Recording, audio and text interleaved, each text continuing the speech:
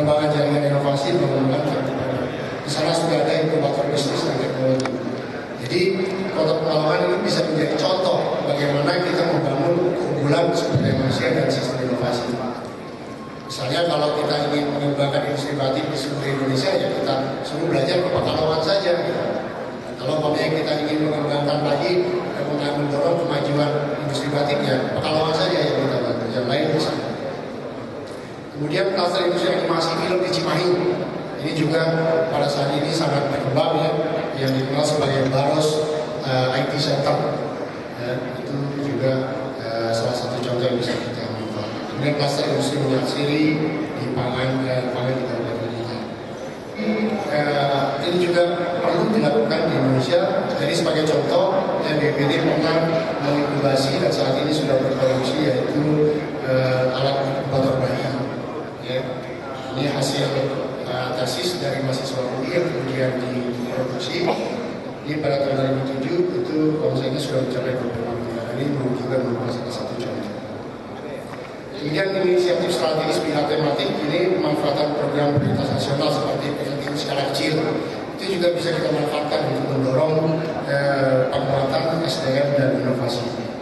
Misalnya sebagai intermediator, menggunakan desain dan membina industri terkait.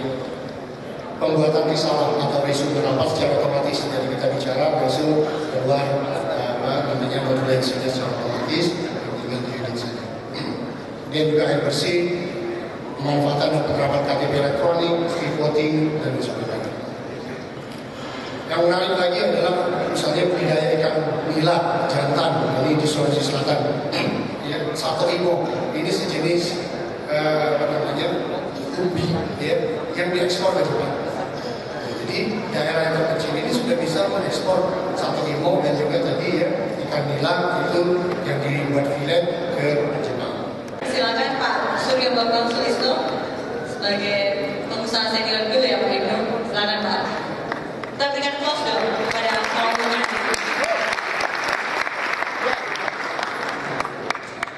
Pertama tentunya kita harus memiliki visi yang jelas kemana kita akan membawa bangsa kita, negara kita ini. Dan tentunya untuk itu kita memerlukan suatu kebijakan yang memang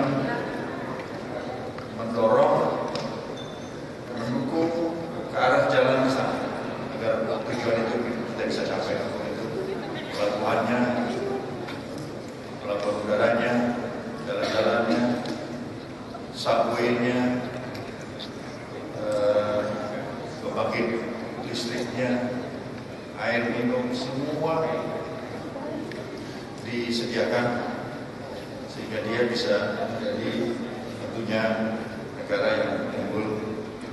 Dan dia juga menyadari bahwa diperlukan juga entrepreneurs. Maka dia menciptakan suatu kondisi di mana entrepreneur bisa tumbuh dan berkembang dengan subur, keberpihakan dan perlindungan terhadap kemampuan terhadap produksi jasa dan produk dalam negeri. Dahulu kita pernah memiliki ada satu kementerian yang mengurusi masalah ini, Menteri P3DN kalau tidak salah. Kebetulan saya juga lahir karena kembang perusahaan saya karena adanya kementerian itu.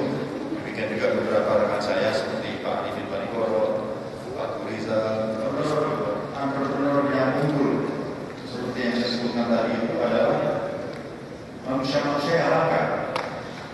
Mengapa? Karena mereka lah yang bisa berinovasi, mereka bisa menciptakan suatu produk atau jasa yang bisa mereka kembangkan untuk mewujudkan visi tadi menjadi kebiasaan. Di sini diperlukan leadership. Mas Ibnu Susilo, silakan Mas memberikan pencerahannya pada sore hari. Bapak Ibu yang saya hormati, tadi hostnya ini kayaknya saya dibilangin pemuda, alhamdulillah gitu.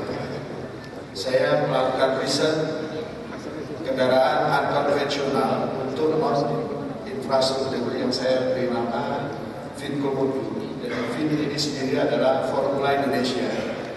Artinya seluruh formula matematiknya kami tidak nyontek, tapi kami turunkan sendiri.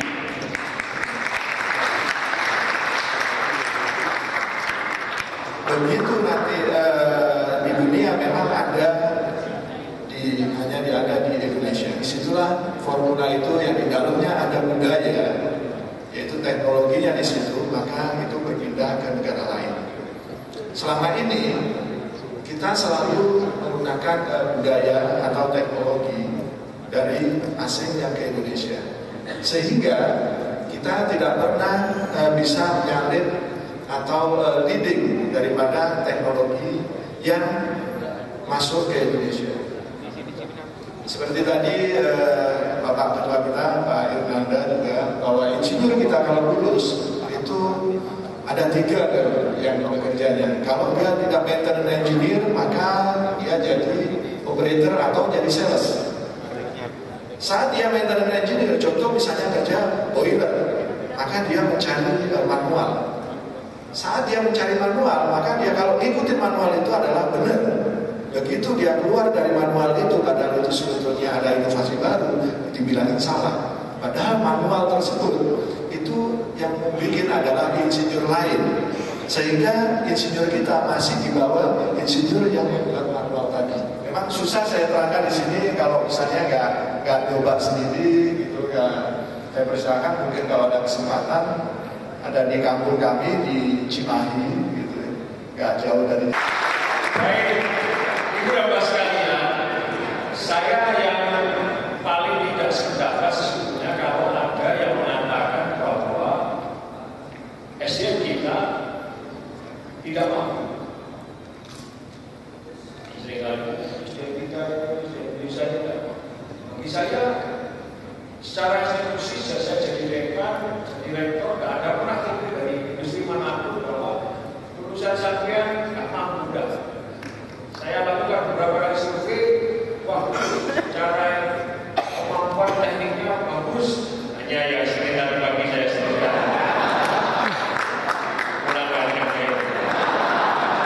Itu ya, kita garap. Tetapi bahwa engineer kita tidak pernah diberi kesempatan, itu adalah yang. Jadi kalau kita sepakat atau batas jangan beri ikan, ya, lalu apa? Lanjut, berilah kain. Ayo, sekarang Anda saya beri kain, tapi semua pelak saya tutup, Anda kemana-mana bawa kain, ya namakan juga. Jadi kalau sudah diberi kain, harus diberi kesempatan memancing supaya dia bisa makan, kan gitu.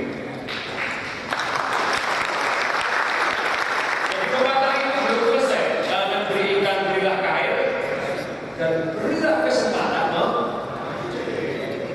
dengan cara begitu SDM kita terasah, mereka akan siap bersaing dengan siapa. Nah, bagaimana peran ITS? Saya bacakan cuplikan pidato Presiden Soekarno 55 tahun lalu ketika meresmikan ITS.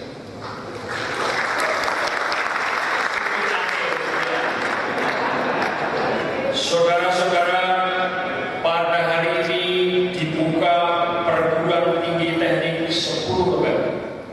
Salah satu usaha investment of human skill. Pembukaan perguruan tinggi teknik 10 November adalah untuk bukti realisasi daripada investment of human skill agar kecakapan, keterampilan, kepikiran manusia di otak dan di tangan akan direalisasikan dalam perguruan tinggi teknik 10 November. Tanggal 10 November tahun 2007, 3 tahun kemudian ITS dinyatakan sebuah perguruan tinggi negeri. Nah, tentu kita semua, sivitas akademika, alumni akan berupaya keras bagaimana. Assalamualaikum warahmatullahi wabarakatuh. Nama saya Eko Budijatikor dari Surabaya, alumni teknik perkapalan, dulu masuk tahun 78. Oke. Alhamdulillah, terima kasih Pak Marsan, Pak Bambang, Pak Ibnu, Pak Priyogi atas tadi paparannya. Kepada Pak Marsan saya singkat saja menanyakan, tadi sudah disampaikan banyak dukungan BPPT yang selalu mengawal industri inovasi. Namun bagaimana dengan industri strategis kita? Industri pesawat terbang kita yang dulu kita pernah berjaya N250, disiapkan N2130, sekarang Banyuwangi Surabaya, Sampang Surabaya, Cirebon Jakarta itu membutuhkan kapal-kapal terbang ukuran N250. Apakah kita bisa mengumpulkan kembali tulang-tulang kita, ya, SDM kita yang tersebar? Kemudian desain kita yang sudah kita lakukan dulu, bagaimana kira-kira strategi kita. Kemudian kita menyongsong ke depan juga kapal selam harus kita siapkan. Mohon Bapak Marsan bisa menyampaikan kira-kira pandangan dan persiapan BPPT untuk menangani itu. Baik. Belum, Pak Bapak, sebenarnya bagaimana esensi perlindungan terhadap industri dalam negeri? Oke. Bagaimana UP3DN dapat berhasil pada waktu itu? Kami sendiri merasakan, saya lulus tahun 83 kemudian bekerja. Waktu itu kami membangun FPSR kerjasama PAS Patrobuk, kerjasama antara ITS dengan Angkatan Laut, dan kebetulan didukung oleh Pak Ginanjar pada waktu itu Menteri UP3DN, Menteri Muda, ya. Nah, sekarang ini kita di perkapalan juga dilindungi oleh asas kabotas, tapi ternyata mungkin tidak seberhasil pada zaman UP3DN dulu. Jadi esensinya sebenarnya di mana perlindungan pada waktu itu? Apakah menteri itu melarang perusahaan asing untuk bersaing dengan kita? Kita diberikan insentif dan prioritas dan sebagainya. Mohon kami bisa diberikan paparan. Ya, kita untuk Pak itu, Pak itu belum. Iya, singkat saja ya, ya, singkat ini. Berapa harga mobil Menko Komodo? Kapan buka showroomnya di Surabaya? Kalau tidak ITS, Pak Rektor, saya kira siap. Di situ banyak gedung-gedung untuk teknopark, untuk bisa showroom. Kemudian apa ada diskon untuk para peserta? Terima kasih. Assalamualaikum warahmatullahi wabarakatuh. Saya cuma melihat ini, di dalam kita bicara mengenai kedaulatan ekonomi bangsa, saya mengalami juga Pak, kami itu di Indonesia ada 2 produksi zinc chloride, dari zinc as menjadi zinc chloride. Namun tiba-tiba kita tidak dilindungi Pak. China datang dengan powder, kita chemical. Dia datang powder lebih murah, sehingga semua pabrik baterai membeli dari China. Matilah kita. Terpaksa kami jual, tahun 2002 sudah saya jual. Karena tadi itu Pak, tidak ada dilindungi. Kedua, juga permasalahan di perminyakan. Kebetulan saya dapat konsesi minyak di Papua, dapat 33 titik sumur yang ditinggalkan, walaupun marginal oil ya. Nah ini saya juga ingin mengajak juga nantinya saya berharap dari ITS akan membantu kita. Saya mencoba membuka sumur yang tadinya selalu dengan segala macam aturan, itu akan memang memberatkan kita untuk melakukan eksplorasi. Kita coba dengan lakukan inovasi baru dan berhasil. Jadi waktu itu kita dengan UPN Jogja, dia mempunyai mesin trombos yang saya harus sewa 350 juta per bulan. Tapi engineer kita bilang, Pak ini kita bisa ciptakan itu. Di Bandung banyak itu bisa, banyak bengkel bisa, dan kita ciptakan tadi itu bisa. Dan mesin ini bahkan sampai kedalaman 1200 dan menghasilkan untuk membersihkan sumur tersebut. Inilah saya juga akan mengajak Pak Priyogi dari mahasiswa ITS. Saya akan bawa mereka ke Papua, Sorong, engineer muda kita untuk sama-sama kita bagaimana membuat inovasi sana. Kemudian untuk Pak Mazhar, di Papua itu orang sudah tidak makan sagu itu ditinggalkan. Dan juga nipah. Saya tahu nipah ini menghasilkan etanol itu tinggi, Pak.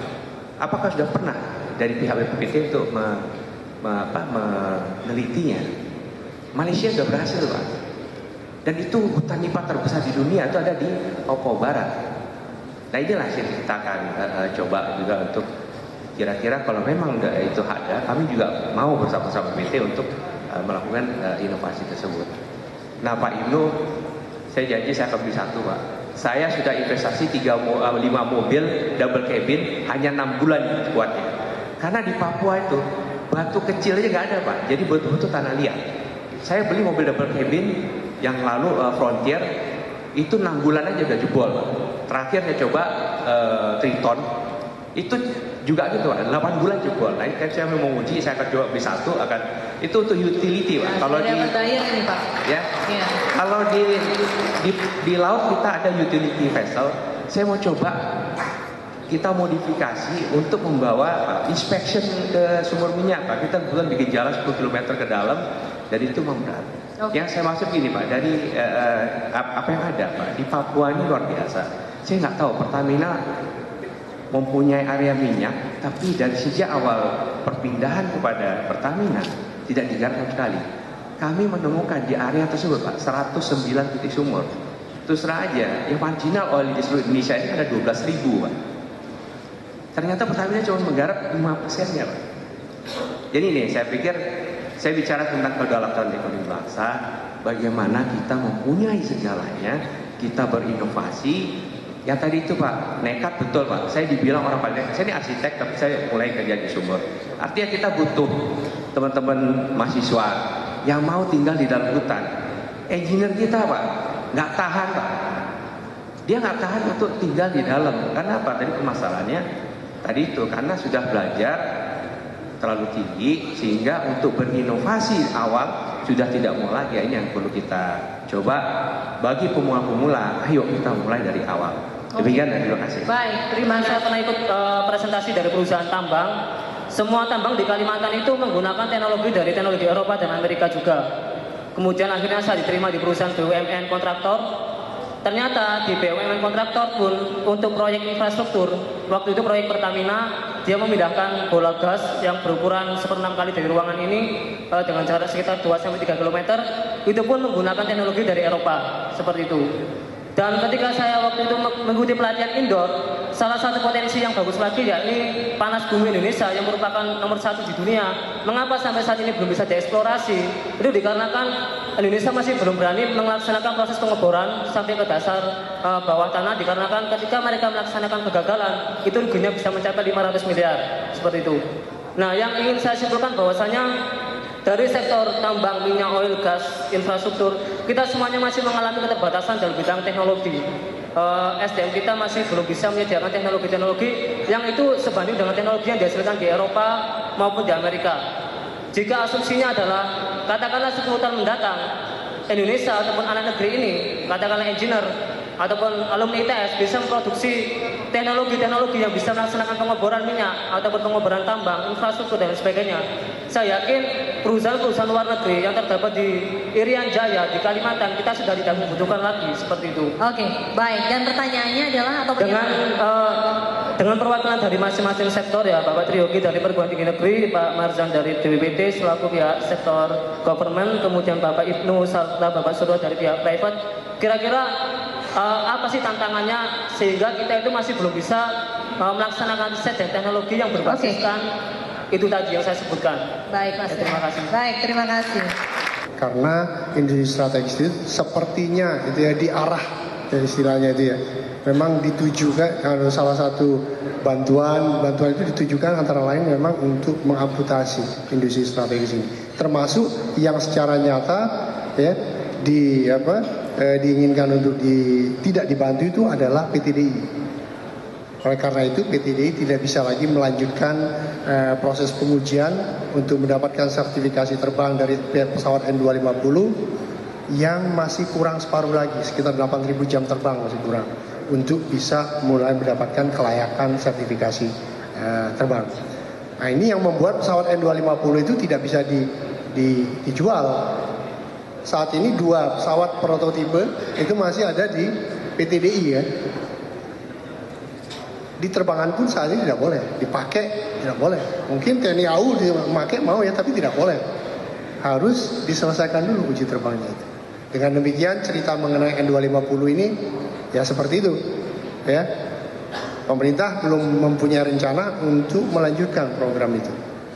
Nah, selanjutnya muncul ide untuk membuat pesawat baru tadi, N219, yang bisa digunakan di daerah-daerah pegunungan ya, perbukitan, daerah landasan yang sempit dengan 19 penumpang. Ini saat ini sedang kita perjuangkan pendanaannya untuk memproduksi prototipenya.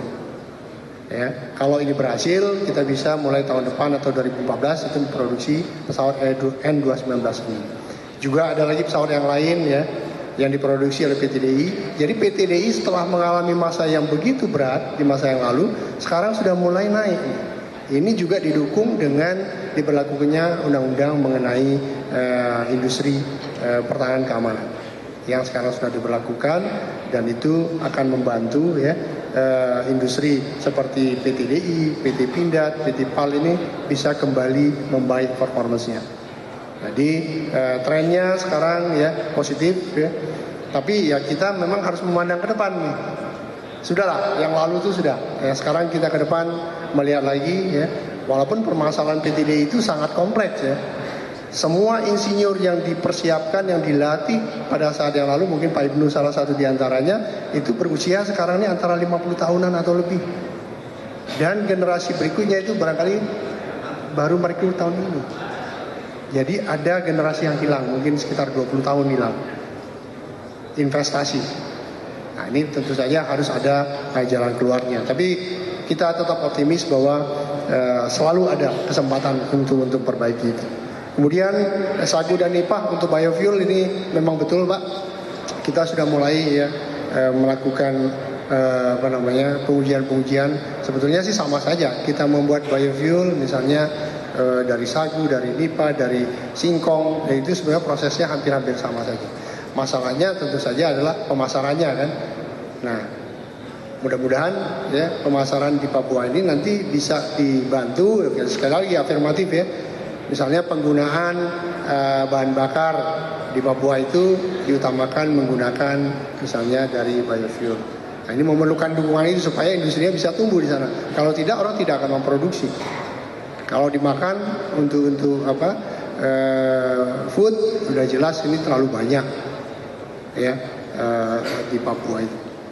Kemudian teknologi Eropa panas bumi tantangannya ya kita itu tadi disampaikan Pak Rektor ya, SDM-nya dari universitas sudah siap.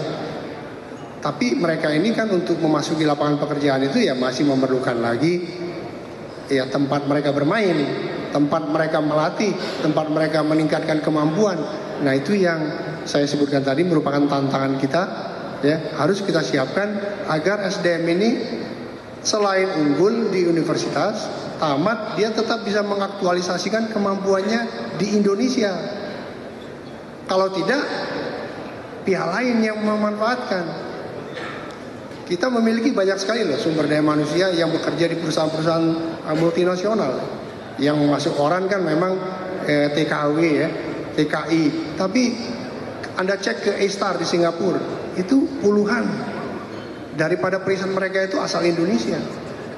Cek ke Samsung, cek ke Tokyo Electric Power misalnya, Toshiba, itu orang-orang Indonesia yang bekerja di sana, insinyur-insinyurnya itu banyak, dan mereka mendapatkan apresiasi yang tinggi. Nah, inilah tantangannya, bagaimana supaya orang-orang semacam ini bisa berkarya di Indonesia. Ya, nah ini saya kira merupakan PR kita yang harus kita sediakan programnya agar mereka itu bisa lebih mengoptimalkan ya, keunggulan sumber daya manusia di tanah air kita. Saya kira itu ya. Satu lagi dan, mengenai kapal selam tadi, ada yang kapal selam. Ya, kapal selam sama saja. PT PAL itu akan mendapatkan pekerjaan itu dari Kementerian Pertahanan Keamanan. BPD tentu saja memberikan dukungan dengan fasilitas yang kita miliki, antara lain laboratoria hidrodinamika yang ada di Surabaya. Ini akan kita lakukan secara tim dengan prinsip sistem inovasi yang tadi saya sudah paparkan. Kita optimis ya, kita mampu melakukan ini. Pengujian-pengujian bisa kita lakukan, desain kita lakukan. Ya, mudah-mudahan ke depan ini akan merupakan bidang yang cerah, dan saya optimis di bidang ini Indonesia bisa unggul di negara-negara ASEAN. Baik, terima kasih Pak Marsdan. Langsung ke Pak Suryo, Pak. Jabatan-jabatan yang strategis di pemerintahan itu diberikan kepada yang betul-betul sudah memperlihatkan komitmennya, ya, dedikasinya terhadap membantu perusahaan-perusahaan dalam negeri, jasa yang dapat diberikan oleh perusahaan dalam negeri. Misalnya saja di Rut Pertamina, bank-bank pemerintah, itu menurut hemat saya sangat perlu memiliki semangat untuk memberdayakan, untuk membantu perusahaan-perusahaan nasional. Kalau tidak mempunyai komitmen itu ya repot. Mungkin harus kita berikan itu suatu syarat gitu. Rekam jejaknya bagaimana? Kalau tidak memiliki rekam jejak yang komitmen untuk membantu perusahaan-perusahaan ini, jangan diberikan kesempatan untuk memimpin badan-badan yang sangat strategis itu. Jadi ini mungkin harus adanya suatu pengertian demikian. Kalau tidak, sulit menurut hemat saya. Sebab tanpa adanya suatu komitmen yang jelas untuk memberdayakan produksi dalam negeri, jasa dalam negeri, keberpihakan yang jelas, perlindungan jelas, sulit ya. Kita harus punya semangat demikian. Nah, tadi ada teman yang menyatakan mengenai bagaimana kita bisa menguasai bidang-bidang seperti migas. Memang ciri daripada bidang migas ini kan sangat padat modal, sangat padat teknologi, dan memang nggak bisa main-main. Ya, Anda tahu sendiri apa yang terjadi di Lapindo kan. Kalau kita tidak betul-betul menguasai teknologi dan juga disiplin terhadap itu, risikonya sangat besar. Bisa terjadi blowout, dan itu bisa sangat runyam bagi kita. Jadi kalau menurut hemat saya, ya sebanyak mungkin tenaga-tenaga kita harus banyak mengambil kesempatan untuk bekerja di perusahaan-perusahaan asing, sehingga terjadi ahli teknologi, ya, dan penguasaan teknologi yang dimiliki asing itu, sehingga putra-putra bangsa kita betul-betul terlatih gitu. Itu penting menurut hemat saya. Dan kita juga tidak perlu terlalu sering seakan-akan kalau kita mempekerjakan orang asing, tenaga-tenaga ahli asing itu sulit mendapatkan izin kerja dan sebagainya. Saya dahulu bisa berkembang karena saya menyadari kalau mau terjun di dalam bidang oil and gas, equipment kita atau peralatan kita harus yang betul-betul top, yang tidak bisa dipakai alasan oleh perusahaan minyak. Alat Anda kurang memenuhi syarat gitu. Terus untuk Pak Ihsan, yang pertama kali saya ucapkan terima kasih Mbak. Ini pemesan dari ITS yang pertama kali. Kebanyakan yang beli dari ITB dan UI Mbak. Bahkan ada yang gemes gitu ya.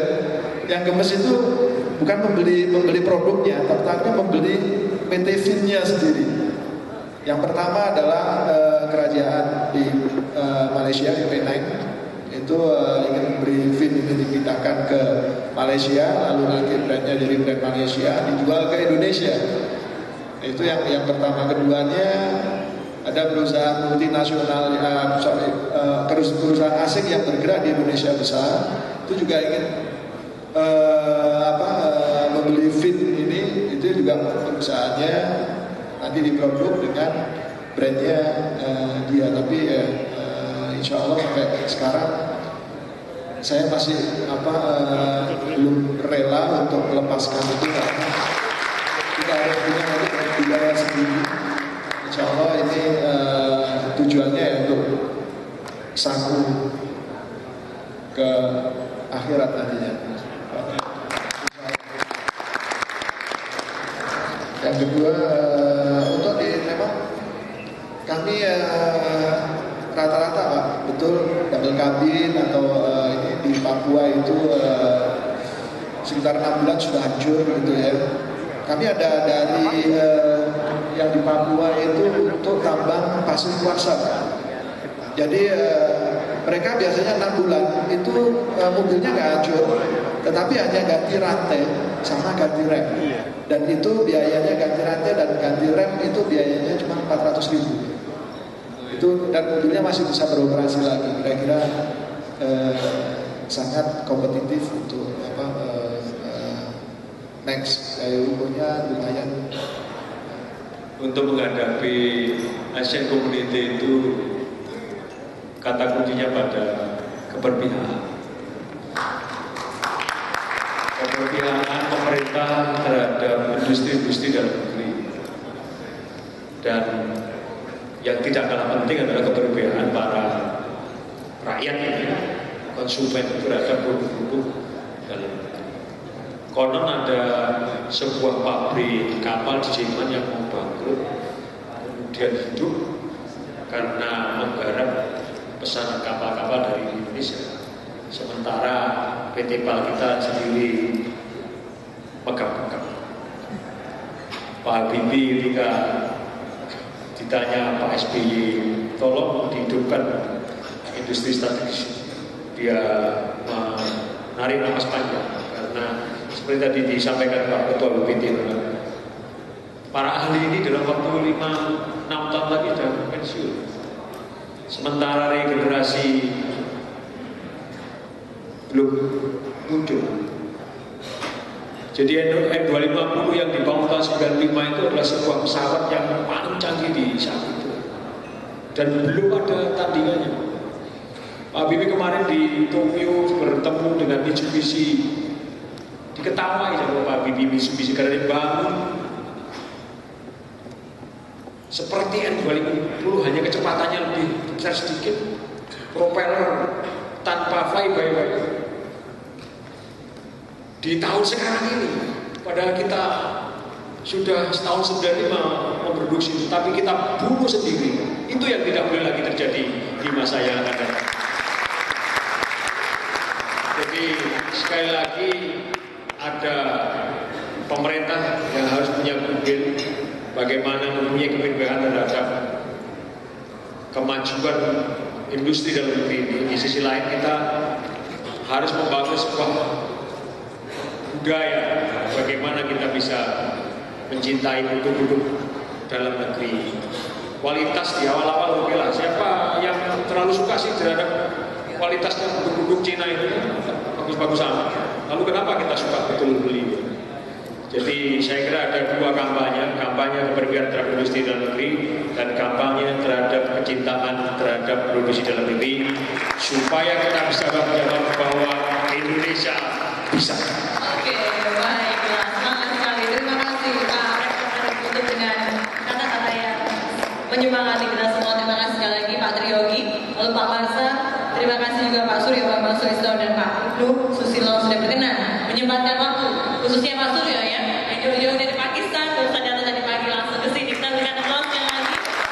Dan terakhir sudah sesi kedua pada malam hari ini. Terima kasih, saya mohon maaf kalau ada kesalahan-kesalahan yang saya lakukan. Terima kasih sekali lagi. Wabillahi taufiq wal hidayah. Wassalamualaikum warahmatullahi wabarakatuh. Bicara kita yang pertama.